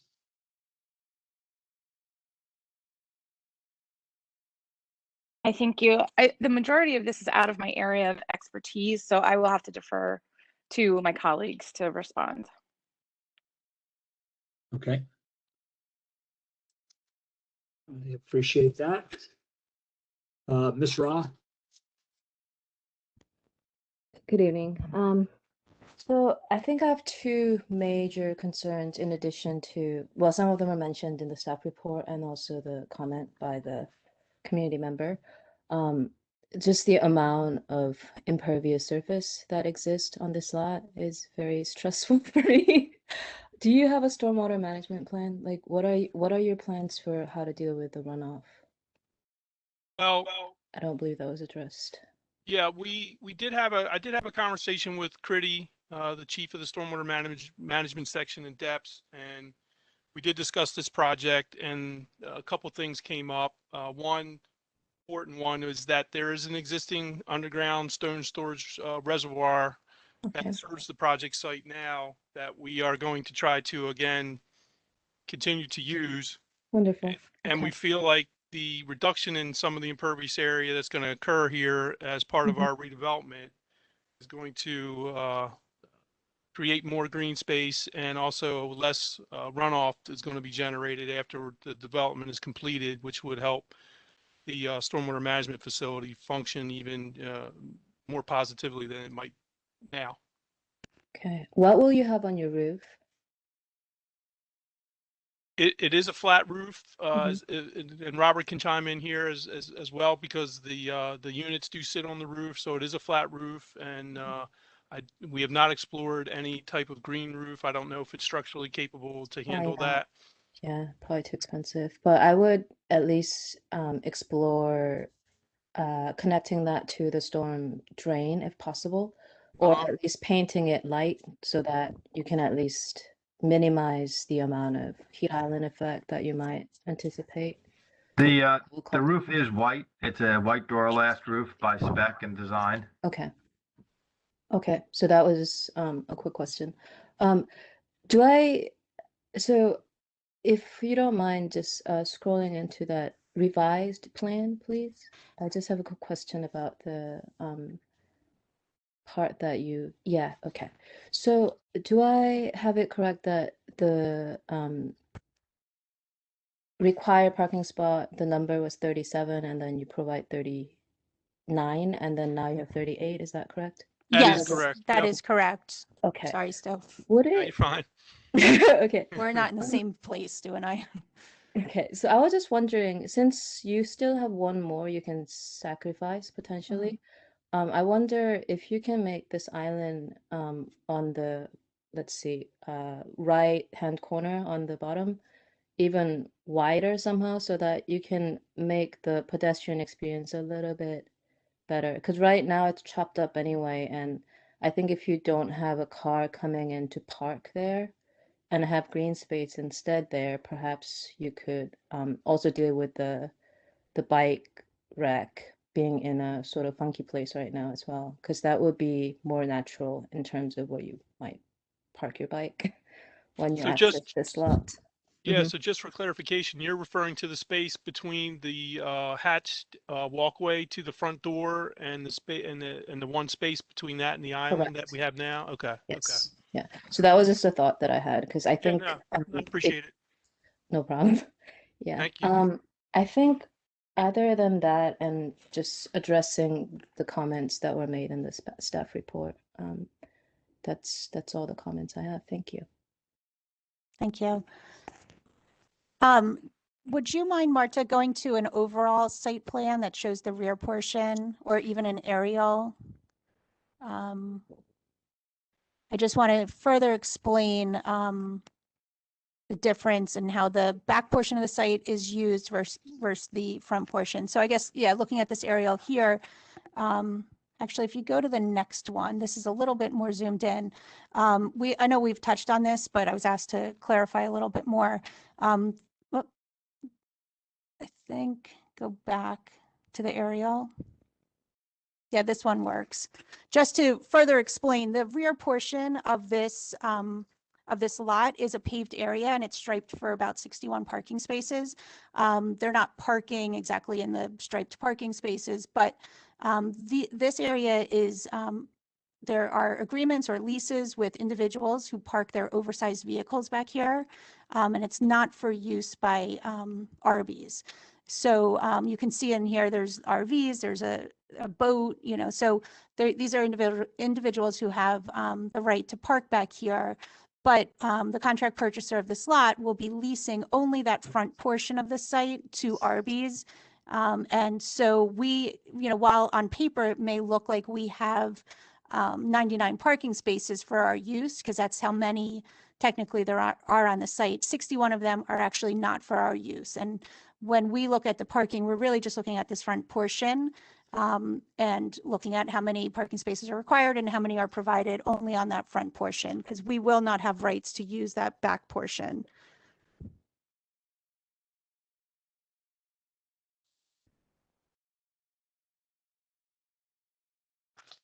That's all I have on that. Okay, Does anyone thank have you. questions? Mr. Renault?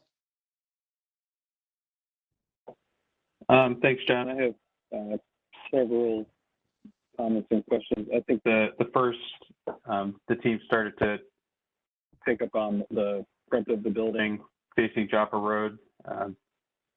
There is no true front door there. I mean, coming out into the parking, I think the goals of the Joppa Road corridor plan is to create, walkable environment and connect these buildings to the street. I don't think this plan achieves that. Just in looking, if you just Google, Arby's new restaurants, and you can see this prototype and some of the other prototypes that have been proposed. A lot of them, or some of them, show outdoor seating or dining kind of as a front gateway, to address the street and to encourage patrons to come to the restaurant and sit outside, especially Cecily had mentioned it with current times with COVID and things like this are going to happen in the future. There is no ability for this building to have any type of outdoor space. It doesn't really have any amenity that would encourage a pedestrian to come and sit and spend time outside of that property. So I would feel strongly that that's the use that should be encouraged. I understand the leases for the back parking spots, but the front end of the site is very tight, which is limiting your ability to provide some of these outdoor spaces or even just basic sidewalks to enter the building. So I think a restudy, based on from the staff report, should be encouraged. I think the arrival from the back, I appreciate the improvements on the plan that was presented here today, based on some of the comments from the Loch Raven Village president, but even the curb lane for the drive-through to delineate that creates another barrier for patrons parking in the rear and having to avoid that or navigate around that, and they're in the drive aisles or in the drive-through lane. So it's not a great setup for people even arriving by car. It's basically set up for drive-through traffic. It's really the most efficient use of the site. So I think some further study of that is warranted. Also, the proposed sign along Joppa.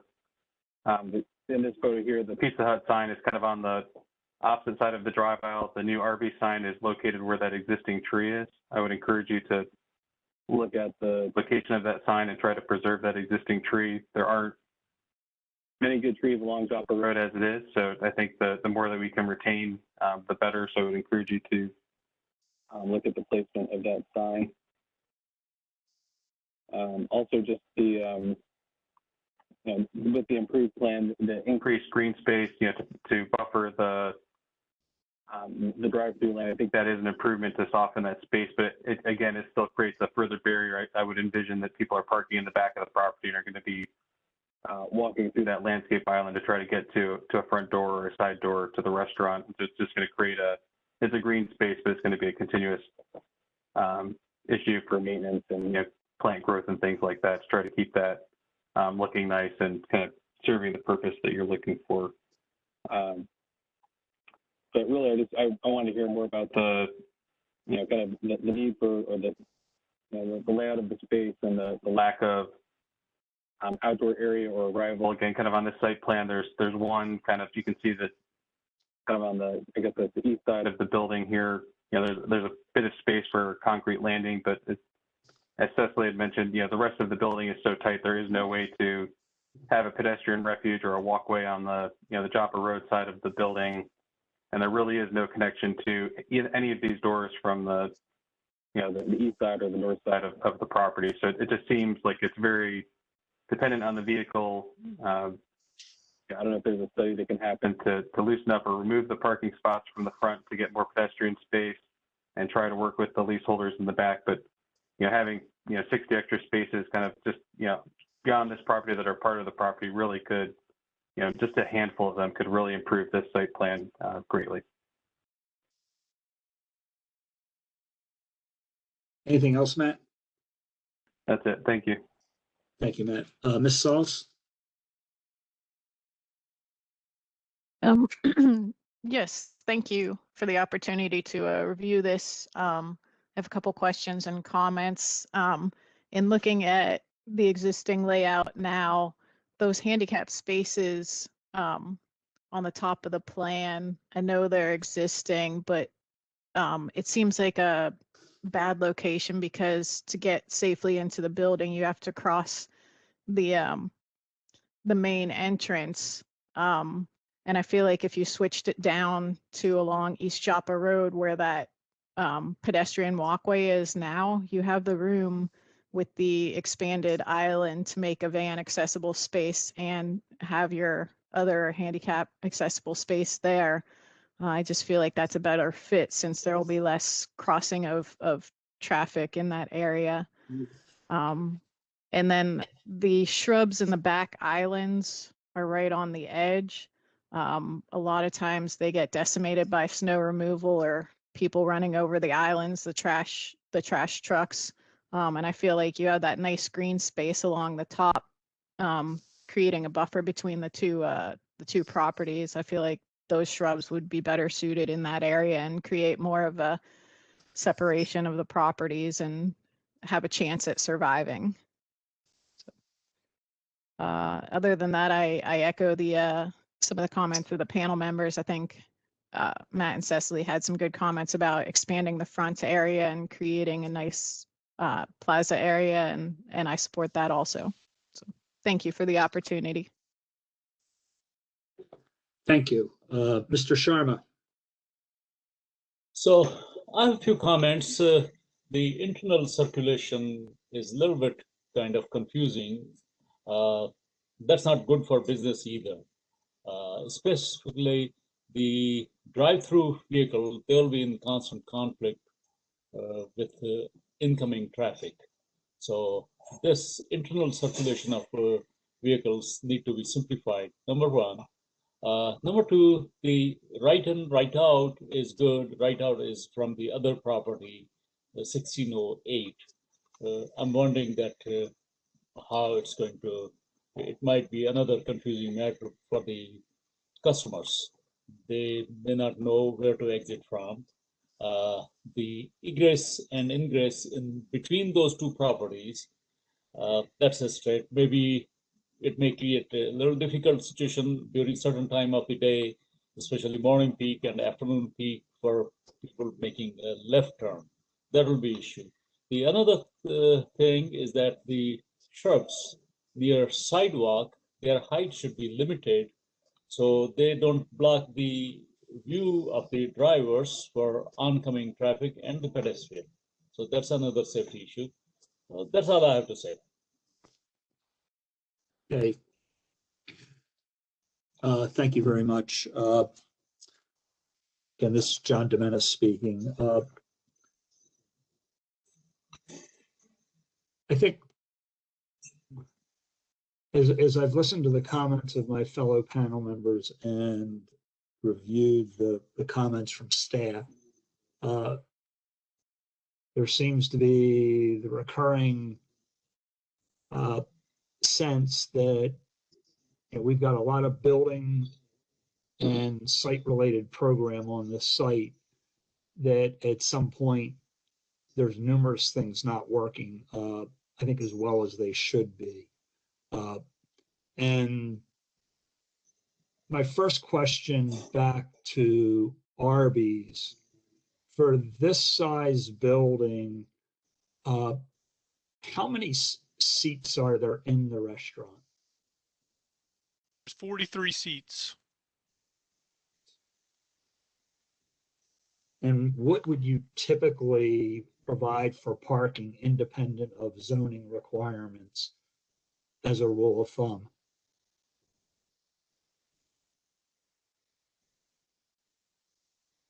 I don't have that answer. I don't know if Robert would or Hi. Mr. Baksh. Yes, hi, this is Edward Arby's. Really, without independent zoning, we'd have 20 parking spots. So one space for every 2 seats. Pretty much, yes. And unfortunately, our dining rooms are never full at one time. We'd like it to be, but they never are, unfortunately. Yeah. Okay. Thank you.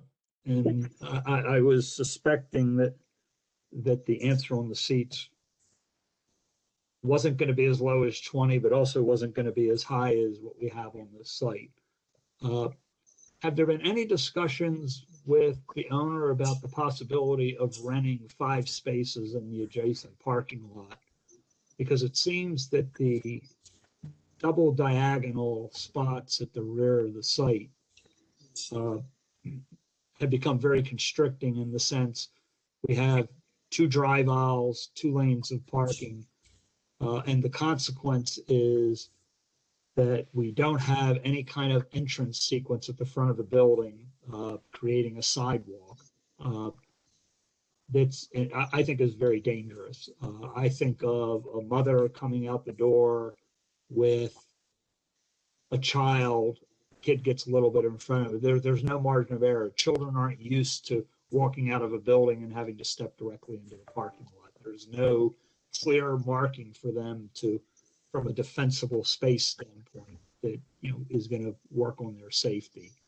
And everything's really triggered by the fact that we've got too much program on the site, and some of the sacrifices that have been made have made circulation confusing, making it difficult to get to the dumpster, making it difficult at the entrance. And I would wonder if, can you get 5 spaces on the appropriate lot? Do you file for a zoning variance to get a parking reduction? Which I think, in light of all the comments that have been made here, I can't say that planning would support that. Yes, we would. But that seems like it would create space to allow you to better solve some of these other problems. And while I have not asked, members of the board for their, recommendations as we move, I myself would be leaning to, Mr. Developer, I think you're going to need to come back and solve some of these site issues before. I know in my case, I would probably be pushing for approval. So that's my comment. And at this point, I usually ask, a member if anyone has a recommendation. I don't know if other members of the panel share my concerns, although I believe they do, because I'm building on concerns they've already expressed. Can I ask just a question to clarify what I think was what I heard being recommended? If we were to lose 5 parking spaces, we would either be able to pick them up in the back if we could lease just 5 spaces and possibly just call them employee parking, because I don't think customers would naturally go back there to park. Or if we weren't able to lease those from the back parking area, I hear that you guys would support a variance planning. And I know Nick also mentioned that in my phone conversation with him, that the community would support a variance. But where's the priority on the site to lose the 5 spaces? Would you say the row of angled spaces in the rear? Is that, it's double loaded now, we would lose one side of that and perhaps turn those into 90-degree spaces? Is that where you're saying is the best place to lose the parking spaces on the site? So let me continue. This is John again. One of the areas I would study, building on what you just said, is remove the one side of the diagonal aisle at the back. Yep. Okay. That's what I Push the thought. building back. That would then allow you to create a fairly large platform at the entrance, which also potentially could create an area for some outdoor seating. So you might be able to get, you're getting the entrance safety area, plus introducing an area to get some seating at the front of the building. Because as I look at it, again, I can't read the dimensions, but between the drive aisle and the parking space, you're easily potentially picking up 20-some feet. Yep, understood. Okay, I thought that's what I was hearing. I just wanted to clarify. Thank you. Yeah, John, I would agree with you. I think those spots between the drive-through and those two trees, I think it seems like the building should slide back, and it would solve a lot of the circulation issues and would get an opportunity for a front door and a seating area and a little, space for gathering.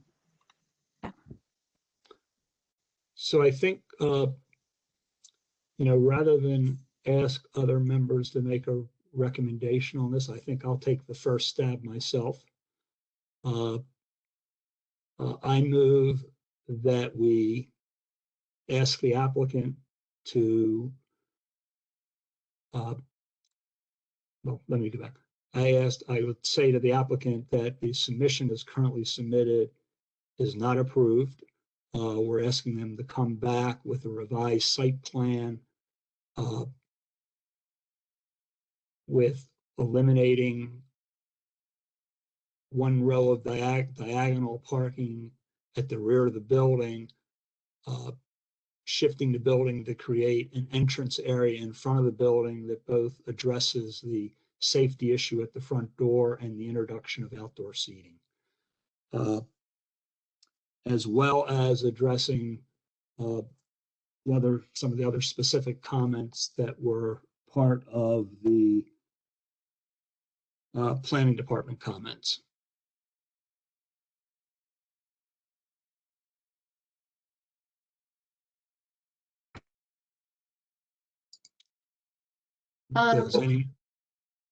Yes, Jennifer.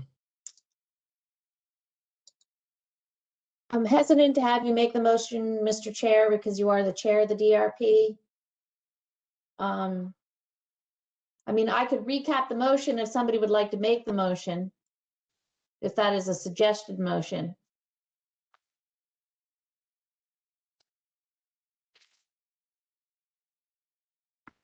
Jennifer, I would make that same motion. If you had it, I can repeat what John just said, but I think I would. Could you make an official motion then, please, Cecily?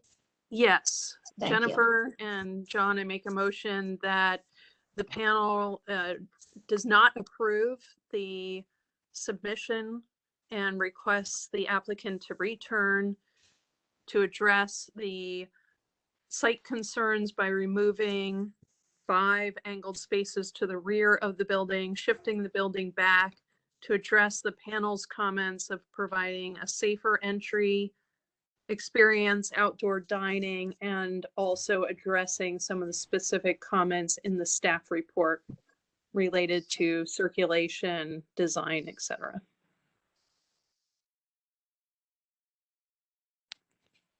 Does that capture what you wanted to hear, John? It does. Okay. Do we have a second? I think there were just 2 other items that came up in comments that we might want to make sure are included in that motion, Cecily. If we can add those.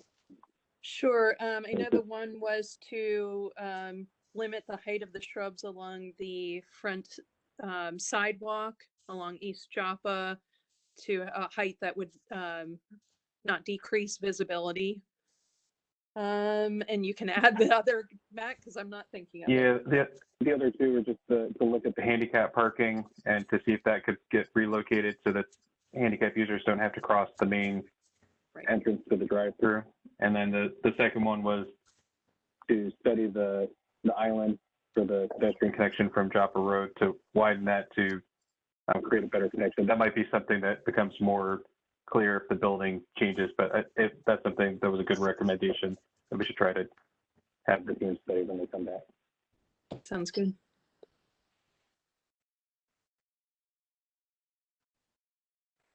So we have a revised motion. We do.